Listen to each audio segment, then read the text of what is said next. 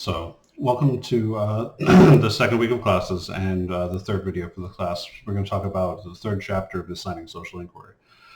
Designing Social Inquiry, Chapter 3, deals with the nature of causality and causal inference and why it's, in an odd way, so important to social science, yet also something we absolutely know we can't reach, at least right now. So how do we strive to be causal knowing that we really can't? Well, first off, the reason we really can't, at least right now, is we simply don't have the tools available. At least currently. We may get to a point where we have these tools available, but it's not something that we have available right now. And I think for you all, this should be sort of intuitive. Social sciences, almost at their very nature, study humans, human decision-making, and institutions that humans sort of populate. Humans aren't deterministic. Most of the hard sciences examine deterministic things, which means that causality is something that's easier to identify. It's not a probabilistic event. But when you have probabilistic events, it's a little more difficult, social science a lot more difficult, to demonstrate causality. For example, in just the easiest way that we can explain, we know lots of things that contribute to why individuals are more likely to vote than others. But on any given day, what causes some individual to vote and some individual not to might not be singular. It might be a confluence of events. It might be something that our theory absolutely doesn't even consider, like someone gets a flat tire. And so causality, this nature of a deterministic relationship, is pretty difficult for us to identify. Now, experimental tools used in the social science have come pretty close, but they're not quite there yet in the same way that a scientific experiment is. And you can see this a bit in medical research, especially with what's going on right now with COVID. You can see that some treatments increase the likelihood of an individual getting better or decrease the amount of time that the individual is at the hospital. But it's not deterministic because human beings they're messy. And that nature of them being a little messy makes causality really difficult for us to establish. Now, this term I'm going to throw around a lot, causality, I want you to understand that is a theoretical concept. Especially in the social sciences, it's completely theoretical. And it's absolutely removed from any of the data that we'll examine, qualitative or quantitative. And the reason for that is because we're attempting to develop causal theories. So the theories that we espouse identify variable A and variable B and attempt to assess if there is a causal link between variable A and variable B, theoretically. But given the data that we have, we can't absolutely assess that. So what we deal with is what is known as causal inference. And that causal inference is absolutely determined by the data. It's how much we can infer, given the data that we have, that the concepts we have are most likely causal in nature. Now, the way that this is determined, in most cases, it is simply a difference. So that we have some quantity y that under some stimulus is different than y not under that stimulus. That's what y sups I and yn actually means. So we have a stimulus, we have no stimulus. So let's say, for example, incumbency. So the amount of what we would consider pure causal difference between an individual with incumbency and an individual with not would be this difference. Now, we know with incumbency, there's lots of problems with that because simply we don't have the ability to assess, let's say, for example, Veronica Escobar. She's incumbent. She's facing a challenger this time. But we can't truly assess how well Veronica Escobar would do in the 2020 election cycle in the absence of incumbency. We don't have the ability to do that. That's not a real event. That's not taking place. And so this precise problem we can't really get around. And so any social science design, qualitative or quantitative, really has this problem in sort of to assess what this sort of causal effect is. So let's go ahead, and now that we've jumped all around this idea of causality, just let's buckle down and define causality.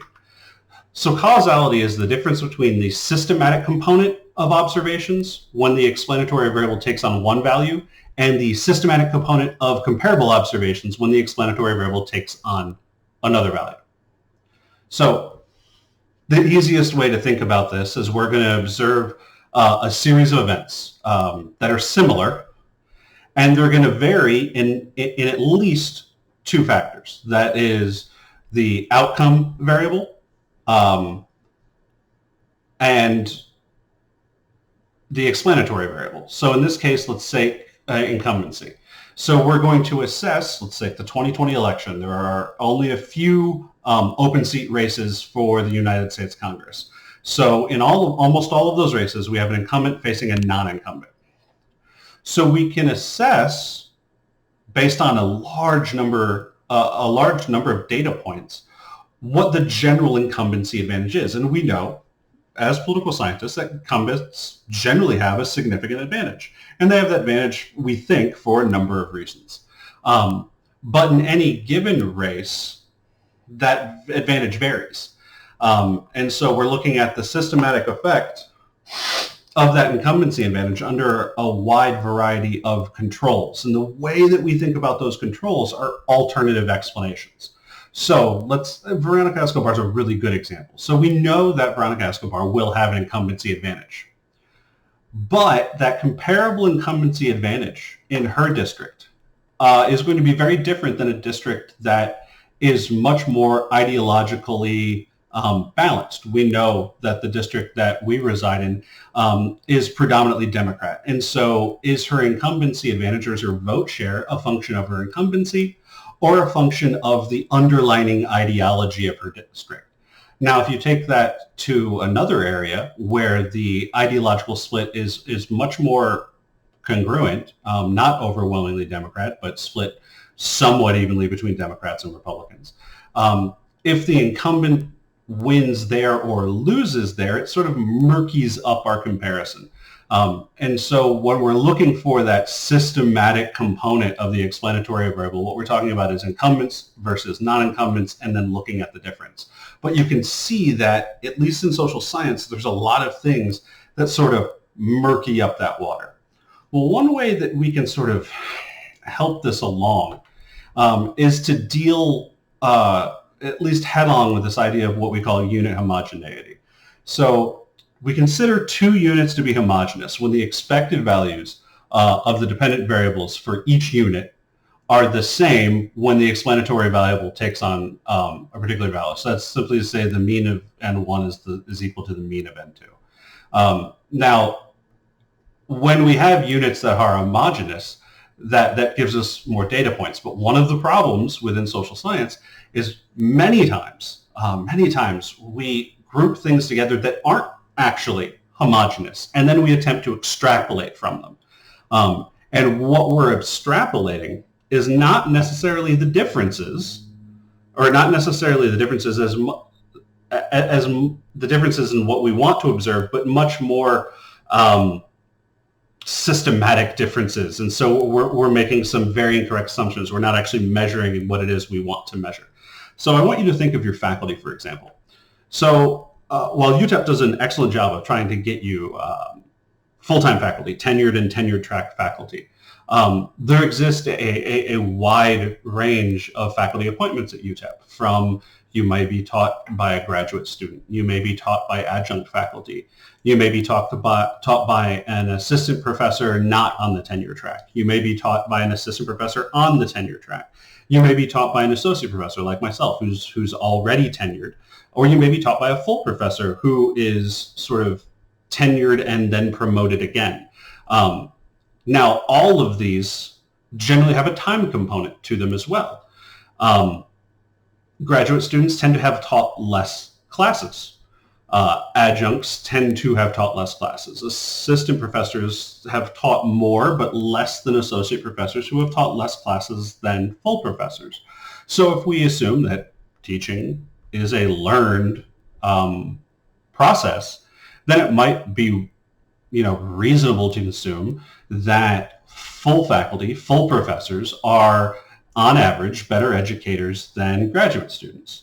But it might also be entirely different. It could be the fact that the adjunct faculty, those faculty that don't have research requirements, are much better teachers than full faculty or associate professors who have to worry about research and sort of balance this teaching versus research. Well, the worst thing we'd absolutely do is to compare institutions in terms of the teaching based on, let's say, for example, lumping together faculty teaching evaluations. So everyone from graduate students to full professors, put them together and just take the average and say that this is how good our teachers are.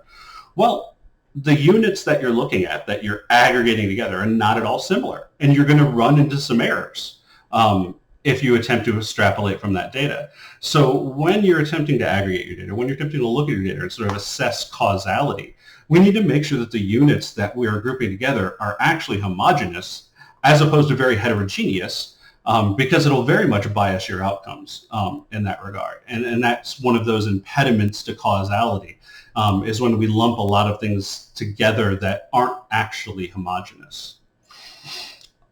Another thing that we need to make sure is that our observations themselves, that is the things we're observing, are what we call conditionally independent.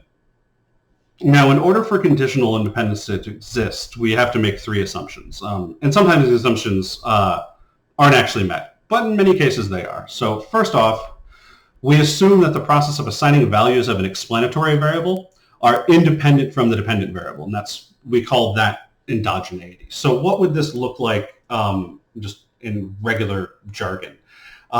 So what do we mean by assigning values to explanatory variables? So let's say that we assume that there exists a relationship between household income and education. So we're attempting to predict household income based on education. Well, here's a problem here. When we assign the variables of education,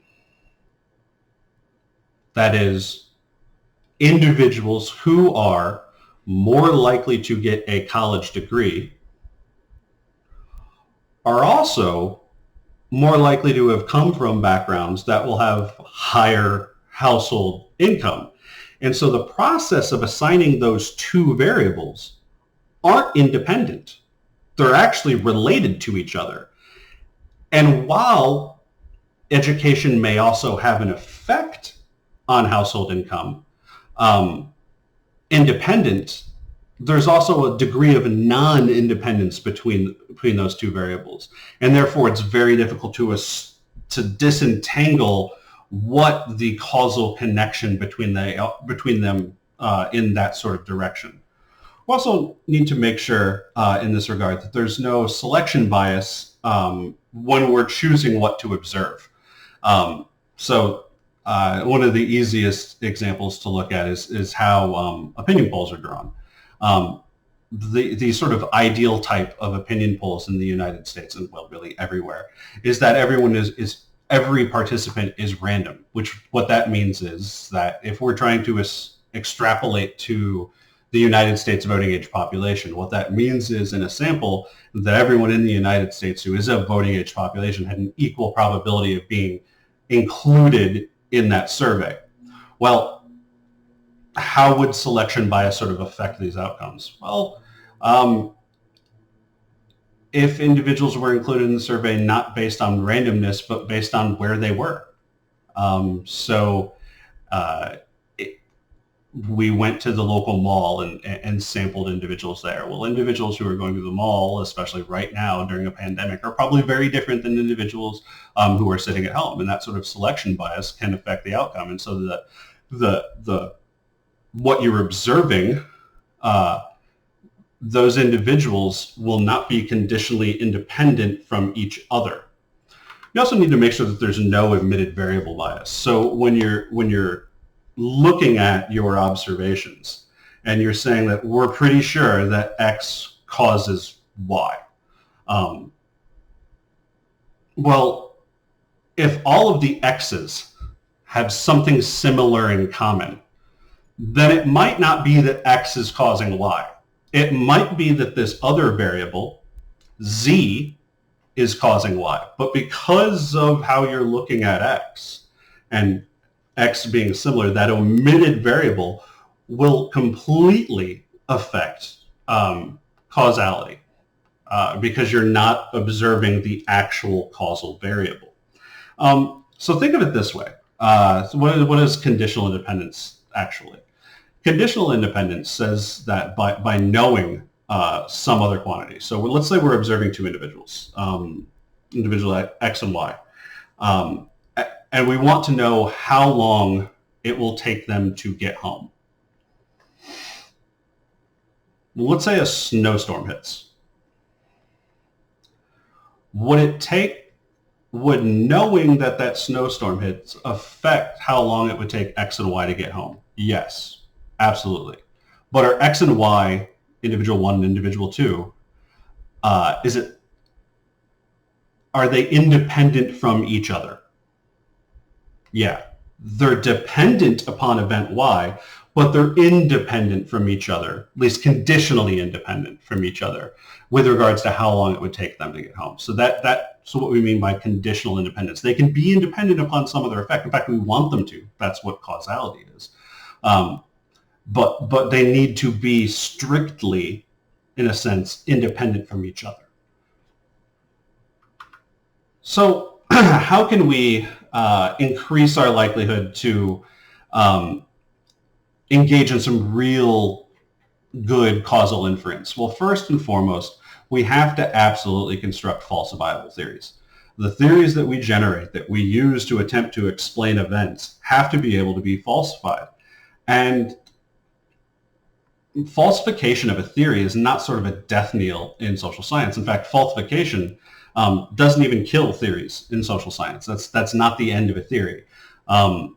If you have a very robust theory in social science that you found evidence of across a wide array of circumstances, and then you examine another circumstance, and that theory does not explain that event, well, remember back 2 videos ago when I said about the need of comparing.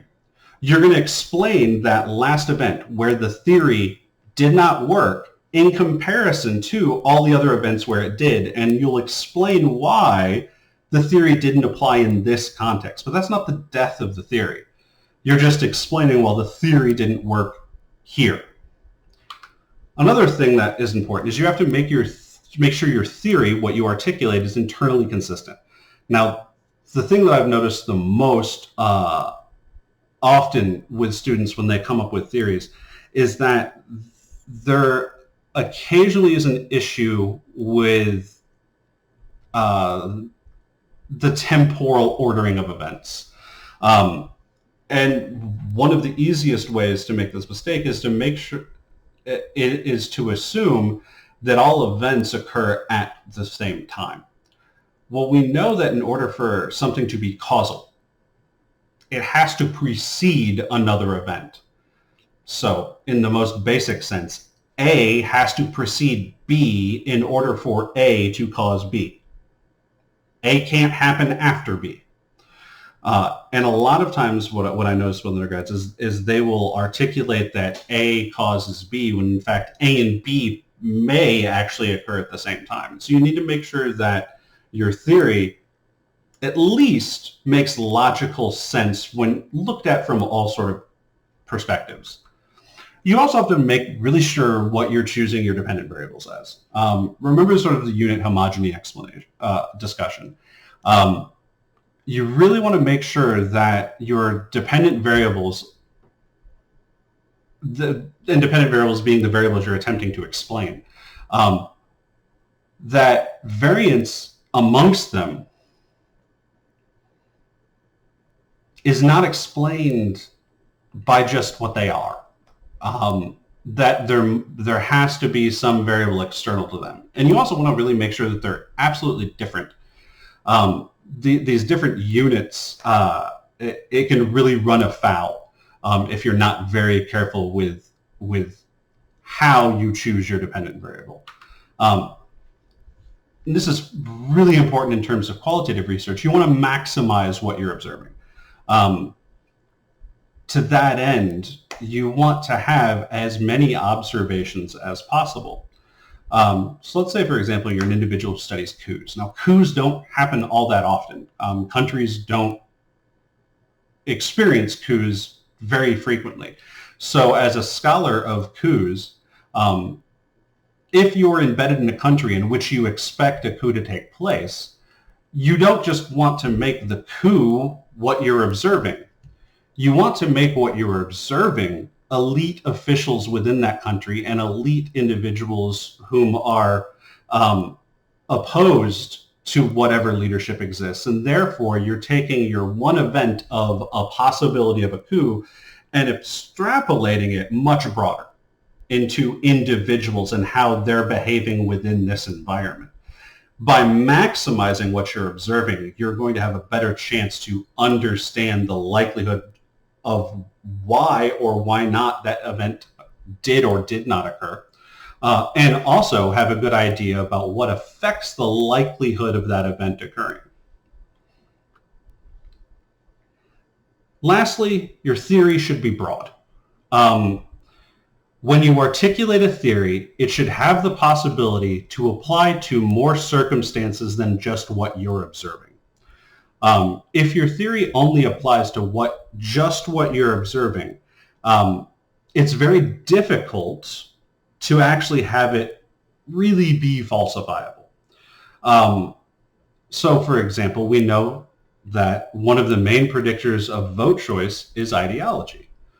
Well, in the United States, we take this idea of ideology, and especially in terms of vote choice, we collapse it down to a dichotomous variable.